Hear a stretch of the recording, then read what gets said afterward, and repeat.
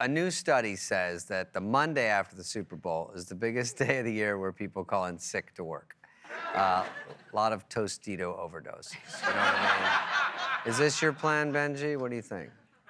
Well, we're like an unhealthy country already, and then people are even more savage on the Super Bowl. They just like eat like crap. So you can't go to work the next day with diarrhea, especially if the 49ers win, because it's just all like hot sauce and butt sex because they're celebrating. So it's like you need like a day to just sort of recover. Is that all it's gonna be if they win? Hot sauce and butt sex. It's the Super Bowl.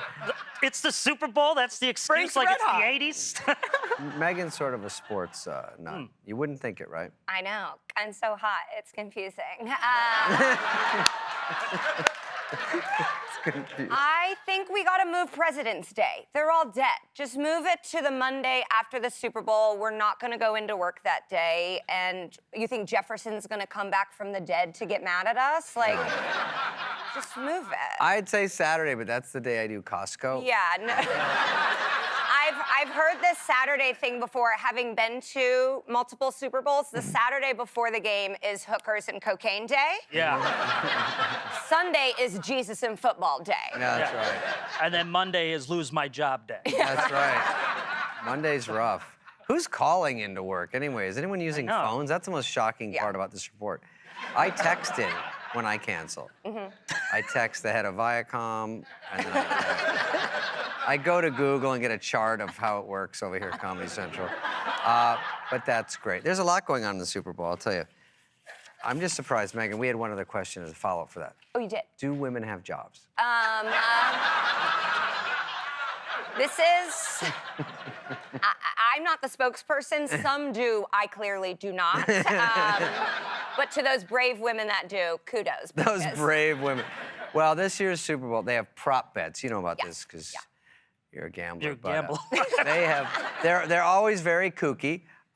You can bet real money on stuff, whether Shakira will twerk or what color of Gatorade is poured on the coach. The over-under on funny commercials is 2. I took the under. But you have to be a real degenerate to be like, it's 3-1 that the Budweiser horses get parvo. I've got 10 grand on that.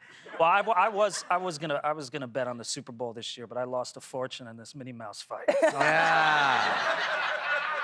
That Minnie Mouse fight went longer than I thought it would. I had everything on the security guard, Yeah, too. you figured security would win that battle. I think Minnie needs to be tested because it was a ground and pound I wasn't expecting. I know. She wasn't fighting the security guard. She was fighting something going on in her life. Yes, in her head. Yeah, if you wake up every morning and you put like a mini helmet on, your life sucks. Well, now I have to just put on a mini asked helmet. I me. lost all my money. You just asked me if women work, and now you're criticizing this bitch with a good job. That's a good job. Yes! No, it's not a good job. That's a good job. That's a good... Okay, so one of the prop bets is if we're gonna see J-Lo's butt cleavage, which I have looked up, and that means a clear separation of cheeks. Ooh. And what I am hoping, we have 2 female Super Bowl halftime show headliners for like the first time since Roger Goodell's been able to get a boner. So I am hoping... Jeez. I am hoping Shakira rips J-Lo's pants completely off. Nice. Yeah. Where's that? Well, I'm sure you're not alone. I don't know. You know, there's these gambler fathers that are like, they lose the whole vacation money on the coin toss. Looking around, they're going, kids, why would it be heads? That's so like, who would bet on heads? You get it. No Disneyland, Dad? No, you're not listening.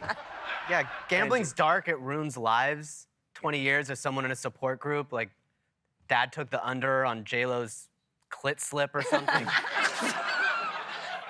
Well, that got dark. Well, But that's what gambling is. It's dark. I know. yeah. Shit!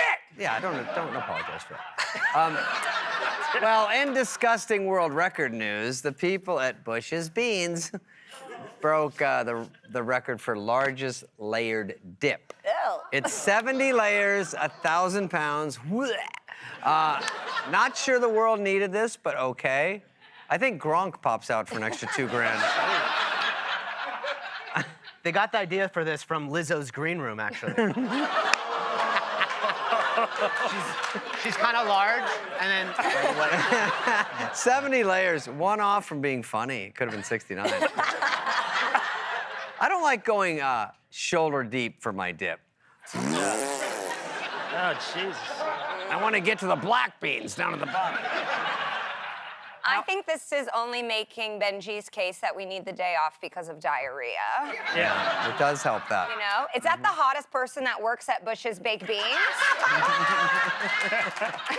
It's not a great ad. It looks, in clear, it looks sickening. I'd rather see it in a ceramic. Yeah. Give it to me in a trough like I like all my food.